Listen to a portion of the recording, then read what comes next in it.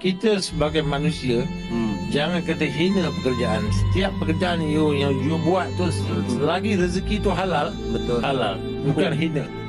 Walau you tukang sapu sekalipun, dia tu rezeki. Bukan cuy, lebih hina kalau orang tu berpangkat besar, dia kaya-kaya, tapi dia bongkak, sombong, itu lebih hina.